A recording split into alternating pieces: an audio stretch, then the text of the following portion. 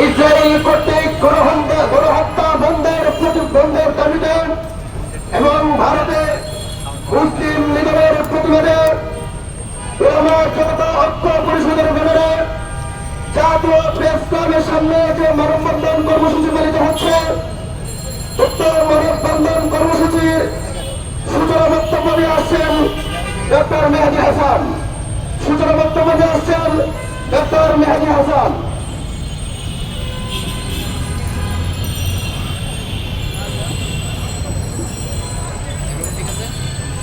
সংগ্রামী সাথী বন্ধুগণ, আসসালামু আলাইকুম ওয়া রাহমাতুল্লাহ। ফিলিস্তিনে ইসরায়েলি বাহিনীর বর্বর আমরা আজকে আসলে ভালো নেই। ভারতে মুসলিম নির্যাতনের প্রতিবাদে আমাদের ভাই বোনদের রক্তের মামলা হচ্ছে বিচারে ঢাকা মহানগর দক্ষিণ উত্তরে আমরা দেখেছি যে গত 1.5 বছর ধরে নির্মম বর্বরতার সাক্ষী হয়ে আছে বিশ্ব। 7ই অক্টোবর থেকে শুরু করে এই 1.5 বছর গভর্নমেন্টের অফিসিয়াল পরিসংখ্যান অনুযায়ী 65,000 ফিলিস্তিনি শহীদ হয়েছে এবং অসংখ্য মানুষ এখনো পাথরের নিচে নিখোঁজ আছে। প্রায় 1.5 লক্ষ ভাই বোন শিশু আহত হয়েছে। বহু শিশু পা নেই, হাত নেই, পঙ্গুত্ব বরণ করে জীবনযাপন করতেছে। এরকমই একটা বাস্তবতায় আমরা আজকে এই মানববন্ধন করতে দাঁড়িয়েছি। প্রায় 1 বছরের বেশি সময় ধরে চলা এরকম জুলুমের অবসান ঘটেছিল প্রায় কিছুটা যুদ্ধবিরতি চুক্তির মাধ্যমে। কিন্তু ইহুদিরা, জায়নিস্টরা তাদের চুক্তির প্রতি সৎ না। তারা এই চুক্তি ভঙ্গ করে ছোট ছোট আক্রমণ এই 2 মাস ধরে চালিয়ে গেছে। 19শে জানুয়ারিতে যুদ্ধবিরতি চুক্তি শুরু হয়। গত 18ই মার্চ তারা ম্যাসিভ স্কেলে এয়ার স্ট্রাইক শুরু করে এবং এই গত 2 দিনে প্রায় 900 ফিলিস্তিনি শহীদ হয়েছেন এবং এর মধ্যে প্রায় 190 শিশু। এইরকম একটা বাস্তবতায় আমরা এখানে মানববন্ধন করতেছি। আসলে এই মানববন্ধন, আমাদের প্রতিবাদ, এগুলোতে কিছুই হবে না, কিন্তু এটা অক্ষরের একটা আর্তনাদ বলা যায়। আমাদের আসলে কিছুই করার নাই, আমরা কিছুই করতে পারতেছি না। হৃদয় জঙ্গলে থেকে আমরা এখানে আসতেছি। আমি দেখছি যে প্রায় 10 জনের পায়ে অ্যাম্পুটেশন করা হয়েছে অ্যানাস্থেসিয়া ছাড়া এই 2 দিনে। কোনো অজ্ঞান করার ওষুধ ছাড়াই, কোনো ব্যথার ওষুধ ছাড়াই 10 জনের পায়ে অ্যাম্পুটেশন করা হয়েছে। আমরা দেখছি আমাদের বোনেদের সিজার করা হয়েছে কোনো অ্যানাস্থেসিয়া ছাড়াই। এইরকম একটা বাস্তবতার মধ্যে দিয়ে আমরা আসলে গরম বক্তৃতা দেওয়ার মতো অবস্থায় নাই। আজকে অনেকে বলে যে 200 কোটি মুসলমান যদি হেঁটেও যায় 80 লাখ ইহুদি মাটির নিচে দেবে যাবে। কিন্তু বাস্তবতা হচ্ছে আমরা আমাদের পা নিয়ে আমেরিকান এম্বাসি ঘেরাও করার মতো ক্ষমতা আমরা রাখি। এইরকম একটা বাস্তবতা আমরা এই মানববন্ধন করতে দাঁড়িয়েছি। আসলে আমরা একটা দীর্ঘদিন জীবন যাপন করতেছি। আমাদের ভাইরা, আমাদের বোনেরা, আমাদের সন্তানেরা নির্মমভাবে হত্যাযজ্ঞের শিকার হয়ে যাচ্ছে। গাজাতে একটা জরিপে আসছে সেখানে 50% বাচ্চা আর বাঁচতে চায় না। আমাদের বাচ্চারা জীবন মৃত্যু কি বোঝে না, কিন্তু গাজার সন্তানেরা 50% বাচ্চা বাঁচতে চায় না এবং 98% বাচ্চা মৃত্যু নিয়ে কনসাস। তারা জানে তারা খুব দ্রুত মারা যাবে। এইরকম একটা সময়ে আমরা এই মানববন্ধন করতে দাঁড়িয়েছি। এটা একটা জীবনের জীবন আমাদের জন্য। আমরা আমাদের সন্তানদেরকে নিরাপত্তা দিতে পারি না। আমরা আমাদের ভাই বোনদের এরকম নির্মম লাঞ্ছনা নির্যাতনের মুখে আমরা ওকে যে ব্যথাটা ধারণ করা দরকার সেই ব্যথাটা ধারণ করি না। আমাদের আজকে আসলে মানে অনেক গরম বক্তৃতা দেওয়ার কিছু নাই। আজকে শুধু একটাই কথা বলবো, এই ব্যথাটা বুকে ধারণ করতে হবে। আমাদের অনেক বছর যে প্রজন্ম আছে তাদেরকে ওই তামান্নাটা নিয়ে বড় করতে হবে যে তারা যেন আর মুক্তির জন্য তাদের জীবন উৎসর্গ করা মানসিকতা নিয়ে বড় হয়।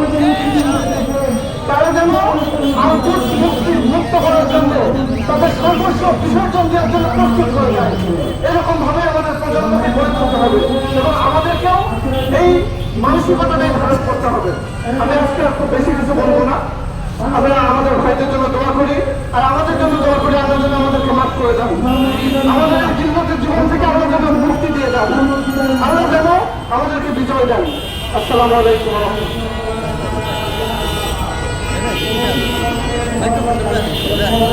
সংগ্রামী উপস্থিতি, আমরা আজকে অত্যন্ত মর্মাহত যখন আমরা দেখি যারা জীর্ণ ধ্বংসস্তূপের নিচে আমাদের ছোট ছোট মাসুম বাচ্চাদের হাত বের হয়ে আছে, আমরা যখন দেখি আমাদের ছোট ছোট নিষ্পাপ বোনদের চেহারা ক্ষত বিক্ষত, আমরা যখন দেখি হসপিটালগুলিতে চিকিৎসার পর্যাপ্ত ব্যবস্থা নেই, তখন আমরা বলতে থাকি যে জাতিসংঘ অমুসলিমদের রক্ষা করার জন্য মাঠে ময়দানে ঝাঁপিয়ে পড়ে, তাদের চোখের সামনে মুসলিম শিশুদেরকে হত্যা করা হচ্ছে, তাদের চোখের সামনে মুসলিম নারীদেরকে হত্যা করা হচ্ছে, তাদের চোখের সামনে কুরবান করে দেওয়া হচ্ছে।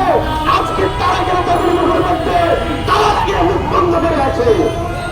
সরকারের সাথে বন্ধুগণ, আজকের এই মানববন্ধনে অত্যন্ত গুরুত্বপূর্ণ বক্তব্য নিয়ে আসছেন তরুণদের আইডল আসিফ আক্তার ভাই। এই পর্যায়ে বক্তব্য নিয়ে আসছেন আসিফ আক্তার ভাই। আমরা বিশ্বাস করি রাসূল আলাইহিস সালাম বলেছেন, সমস্ত মুসলিম মুসলমানদের কোন মুসলমান যদি আহত হয় তখন আমাদের রক্ত ভরে হয়।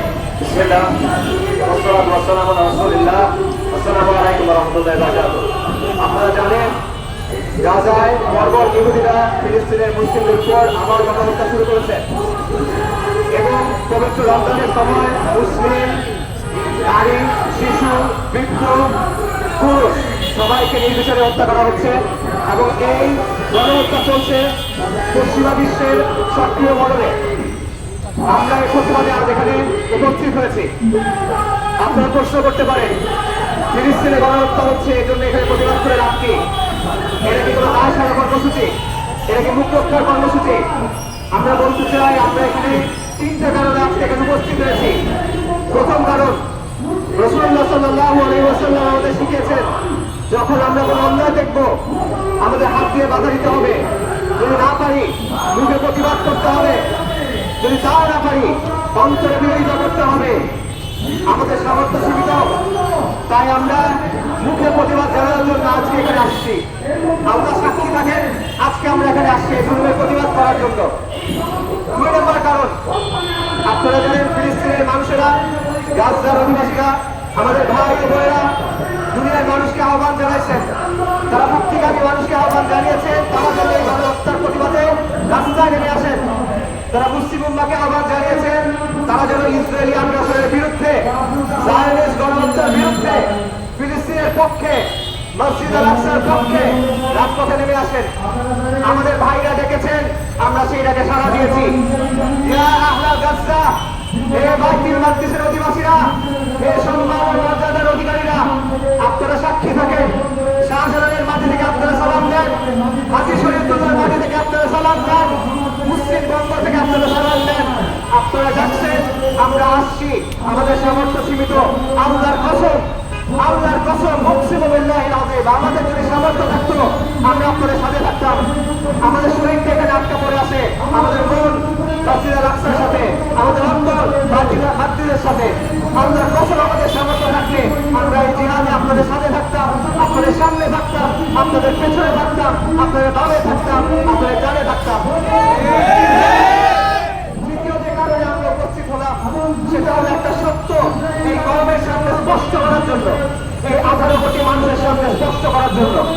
আজকে ইসরায়েলি গণহত্যার বিরুদ্ধে অনেকেই বক্তব্য দিয়েছেন, চিন্তা জানিয়েছেন, খুব ভালো কথা। কিন্তু এই গণহত্যার পেছনে আমেরিকার দায় নিয়ে বক্তব্য কোথায়? এই গণহত্যার পেছনে পাশ্চাত্যের দায় নিয়ে বক্তব্য কোথায়? এই গণহত্যার পেছনে জাতিসংঘের দায় নিয়ে বক্তব্য কোথায়? এই গণহত্যার পেছনে তথাকথিত আন্তর্জাতিক সম্প্রদায়ের দায় নিয়ে বক্তব্য কোথায়? এই বক্তব্য কেন আপনারা জান না? গত অক্টোবরের 23 তারিখ থেকে, অক্টোবর 7 তারিখ থেকে 2023 প্রায় 500 দিন ধরে যে গণহত্যা চললো পুরো পৃথিবীর সামনে লাইভ টেলিকাস্ট হলো, এই গণহত্যায় ইসরায়েলকে অস্ত্র দিয়ে কে সহায়তা করলো? আমেরিকা। ইসরায়েলকে সবচেয়ে বেশি অর্থনৈতিক সাহায্য কারা দিল? আমেরিকা। ইসরায়েলের পক্ষে সবচেয়ে বড় কূটনৈতিক সমর্থন কারা দিল? আমেরিকা। ইসরায়েলের পক্ষে সবচেয়ে বড় রাজনৈতিক সমর্থন কারা দিল? পশ্চিমা বিশ্ব। এই পশ্চিমা বিশ্বের ব্যাপারে আপনারা চুপ কেন? বাংলাদেশের রাজনীতিবিদেরা, বাংলাদেশের বুদ্ধিজীবীরা, বাংলাদেশের মিডিয়া, বাংলাদেশের ছাত্র নেতারা, বাংলাদেশের তথাকথিত বিপ্লবীরা, আপনারা আমেরিকার ব্যাপারে চুপ কেন? আপনারা পাশ্চাত্যের দায়ের ব্যাপারে চুপ কেন? এখানে আপনারা কথা বলতে ভয় কেন পান? আপনারা যখন পশ্চিমের ভূমিকা নিয়ে চুপ থাকে, তখন ভারতের মাটিতে বসে আমেরিকান ন্যাশনাল ইন্টেলিজেন্সের ডিরেক্টর তুলসী গাবার্ড বাংলাদেশের ব্যাপারে, বাংলাদেশের মানুষের ব্যাপারে ন্যাক্কারজনক মিথ্যা বক্তব্য দিয়েছেন। তিনি বলেছেন বাংলাদেশে নাকি সংখ্যালঘুদের উপর মারাত্মক আগ্রাসনের নির্যাতন চলছে। এটা হিন্দুত্ববাদী প্রপাগান্ডা, এটা হিন্দুত্ববাদী মিথ্যাচার। যে মিথ্যাচার তুলসী গাবার্ডের মুখে উচ্চারিত হয়েছে, আমরা শক্তভাবে, তীব্রভাবে এই মিথ্যাচারের নিন্দা জানাই। বাংলাদেশে 5ই অগস্টের পর আলেমুলামারা মানুষকে নির্দেশ দিয়েছেন যেন অন্য সম্প্রদায়ের ঘর বাড়ি নিরাপত্তা নিশ্চিত করা হয়। বাংলাদেশের চট্টগ্রামে আমাদের মুসলিম ভাই অ্যাডভোকেট আলেম, তাকে হত্যা করা হয়েছে। আল্লাহ তাকে শহীদ হিসেবে কবুল করুন। তাকে কারা হত্যা করেছিল? তাকে হত্যা করেছিল জঙ্গিরা।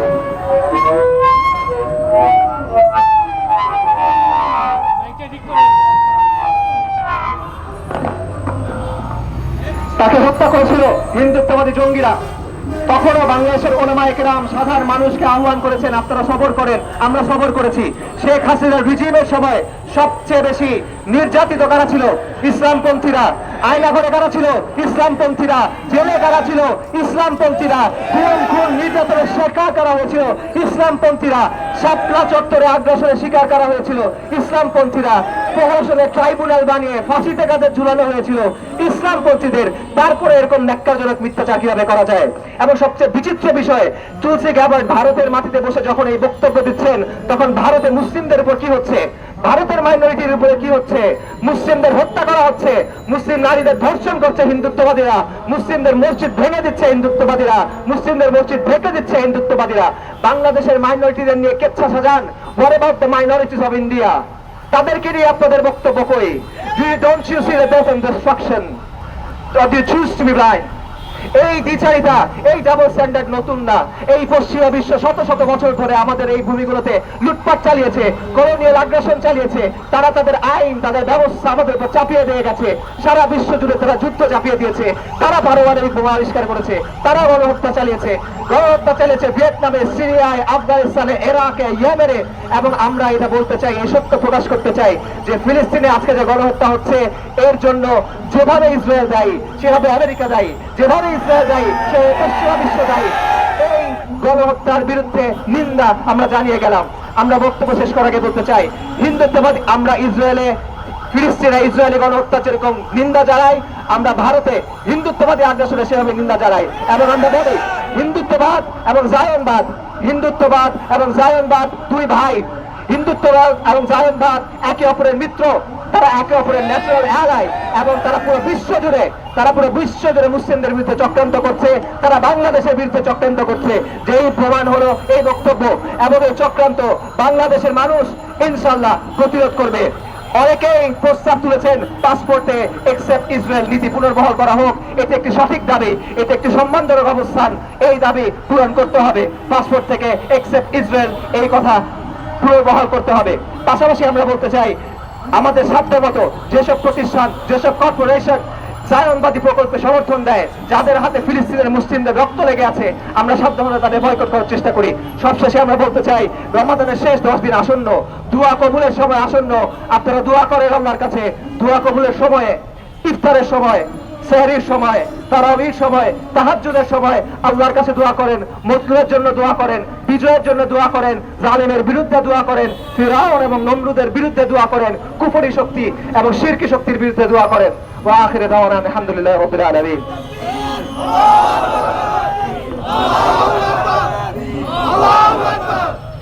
উপস্থিতি এই পর্যায়ে গাজায় মুসলিম গণহত্যার প্রতিবাদে এবং ভারতে মুসলিম নিধনের প্রতিবাদে সংক্ষিপ্ত বক্তব্য নিয়ে আসছেন জুলাই গণ অভ্যুত্থানে দৃষ্টি হারানো ভাই নাজমুল হক। সংক্ষিপ্ত বক্তব্য নিয়ে আসছেন নাজমুল হক।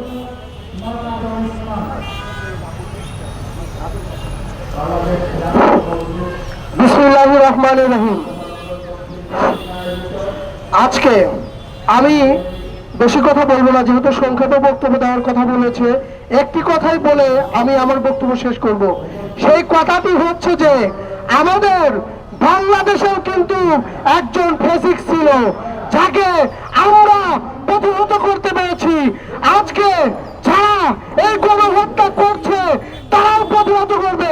আপনারা কি মনে করেন আমরা আন্দোলনে সফল হতে পেরেছি?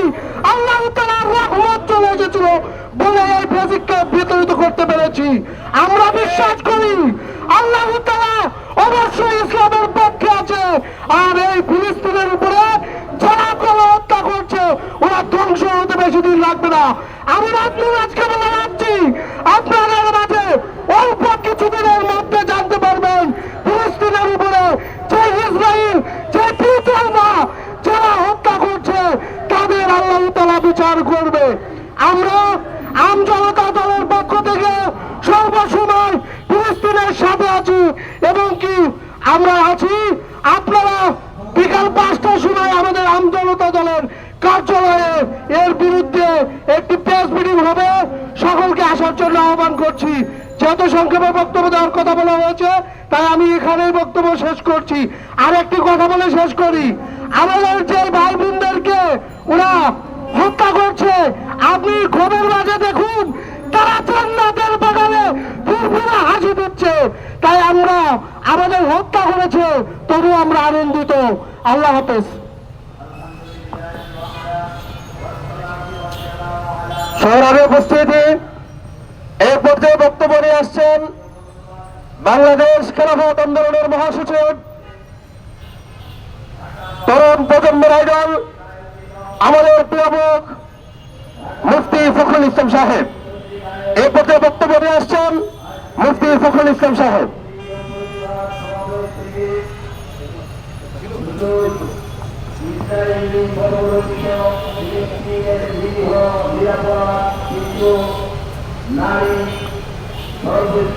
আসসালামু আলাইকুম ওয়া রাহমাতুল্লাহি ওয়া বারাকাতুহু।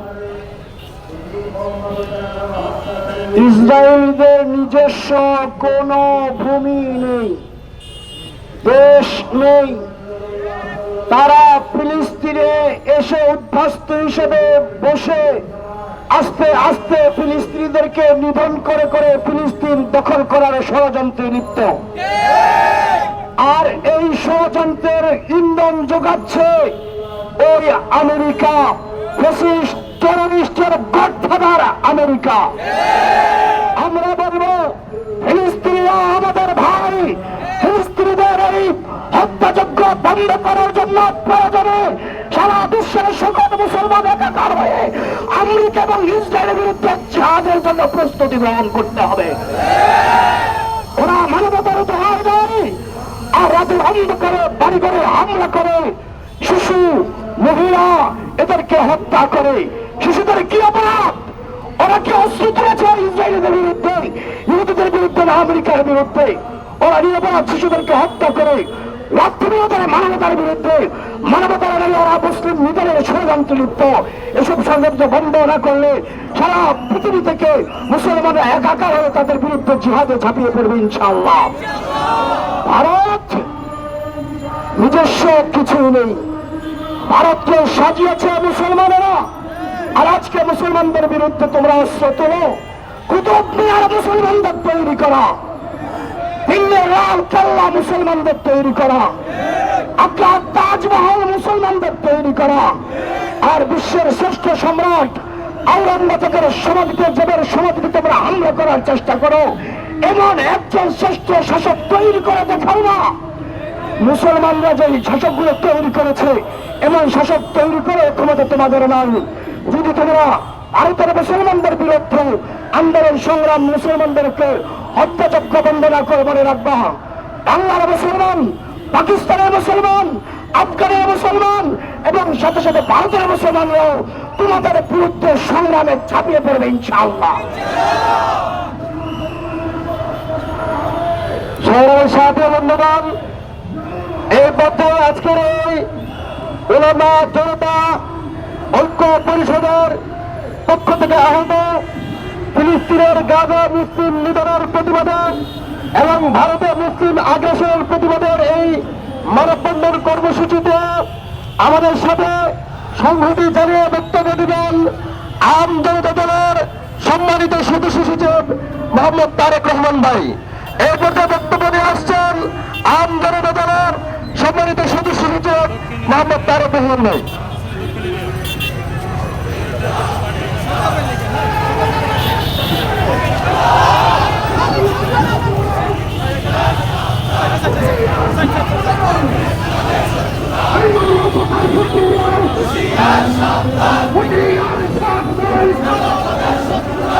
অনেক ধন্যবাদ।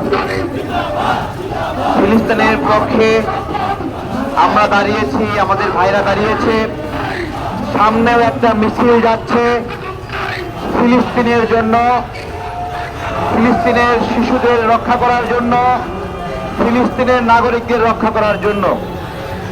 এই প্রতিবাদী প্রোগ্রামে একটা জিজ্ঞাসা করতে চাই, আমেরিকা এই পর্যন্ত যত যুদ্ধ করেছে সবগুলো যুদ্ধের মূল কথা ছিল তারা শান্তি প্রতিষ্ঠা করতে চায়।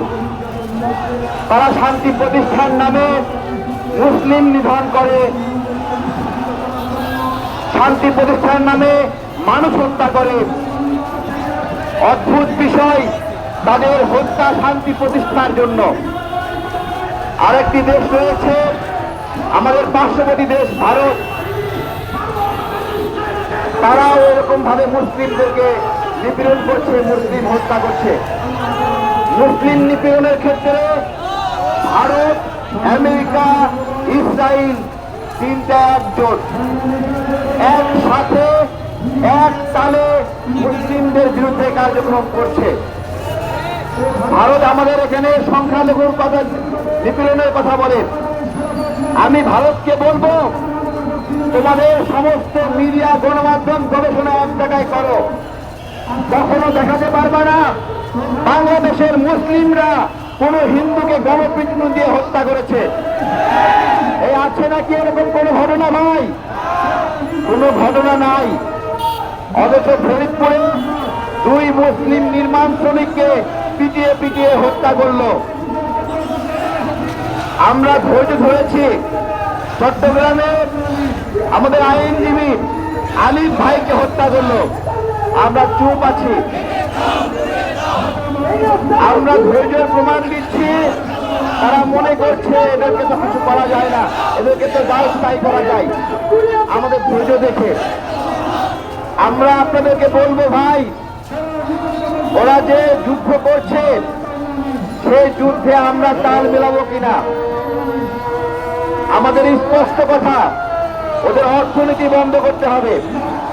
আমার দুঃখ লাগে, সারা বিশ্বে মুসলিম অর্থনীতি সবচেয়ে শক্তিশালী, আমাদের তেল অর্থনীতি শক্তিশালী, আমাদের শহরের অর্থনীতি শক্তিশালী, কিন্তু আমরা কিছু করতে পারি না।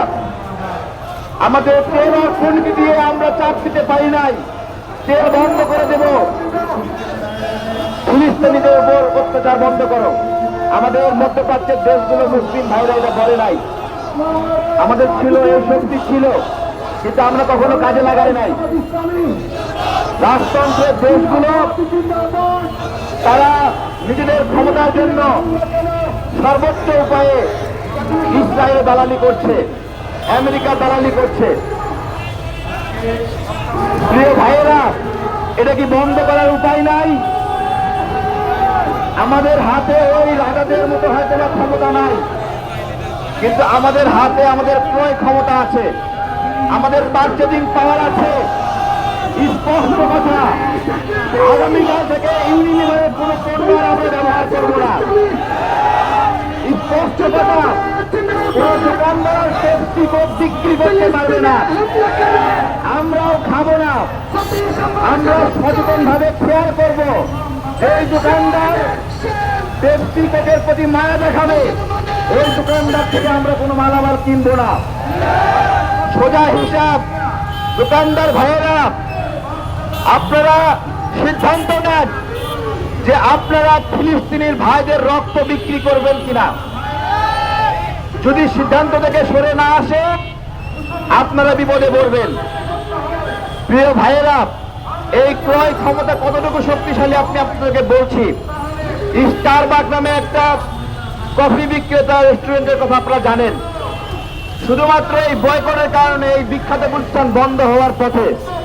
তা আমরা কি পারি না এই আমেরিকার প্রতিষ্ঠান ইউনিলিভারে লালবাতি জ্বালাইতে? সম্ভব নি বলেন? বিকল্প আমাদের স্কয়ার আছে, বিকল্প তিব্বত আছে, কেয়া আছে। সমস্যা আছে নি বলেন? কোনো সমস্যা নাই। এগুলো মনোযোগের সঙ্গে করতে হবে। আমাদের সমস্যা কি জানেন? আমরা বক্তব্য দিয়ে পাশে গিয়ে আবার ঢক ঢক করে কোক খাই। আমরা এইরকম চরিত্রের মানুষ। প্রিয় ভাইয়েরা, শক্তভাবে আমরা এই লড়াইটা করব। যারা ইসরায়েলি পণ্য বিক্রি করবে দোকানে ট্যাগ লাগায় দেবো ইসরায়েলের দালাল। আমরা নিশ্চিত করব এই বাংলাদেশ থেকে অন্তত ইসরায়েলের জন্য, আমেরিকার জন্য একটা পয়সাও যাবে না। এরা কতটুকু ভয়ঙ্কর দেখেন। কেউ দেখাতে পারবে যে আমেরিকা জাপানে এইভাবে পারমাণবিক বোমা দিয়ে মানুষ মেরেছে? কোন কালে কোন সময় ইতিহাসে আমাদের কোন মুসলিম কমিউনিটি এভাবে গণহত্যা করেছে? দেখাতে পারবে? যেইভাবে এই বাংলাদেশটাকে হিন্দু রাজারা বৌদ্ধদেরকে কেন্দ্রে কচুকাটা করেছিল, যে কারণে বৌদ্ধদের পবিত্র ভূমি ছিল এই বাংলাদেশ, সমস্ত বৌদ্ধ মায়ানমারে পালিয়ে যায় হিন্দুদের নিপীড়নে। ভারত কখনো দেখাতে পারবে যে এই মুসলিমরা কখনো কোনো কমিউনিটির উপর এই ধরনের নিপীড়ন করেছে? দেখাতে পারবে না। সুতরাং আমাদের টুপিওয়ালা ভাই, টুপি ছাড়া ভাই সবাইকে বলি, গত কয়েকদিন আগে শাহবাগে আমাদের একটা প্রোগ্রাম ছিল যে হিজাব কাণ্ডের পক্ষে বলার কারণে একটা ন্যারেটিভ দাঁড় করা হয়েছে। কারো মাথায় বাড়ি দেয়নি, পাশে গিয়ে বলছে যে হিজাবের পক্ষে অবস্থান করাকে আপনারা গ্রেপ্তার করতে পারেন না। এইটাকে ওরা জঙ্গি কার্যক্রম হিসেবে উপস্থাপন করেছে। আমার কথা, আমাদেরকে ঐক্যবদ্ধ হতে হবে শাহবাগীদের বিরুদ্ধে। আমাদের ঐক্যবদ্ধ হতে হবে তাদের বিরুদ্ধে যারা ইসলামপন্থীদের রাষ্ট্রকল্প পছন্দ করে না।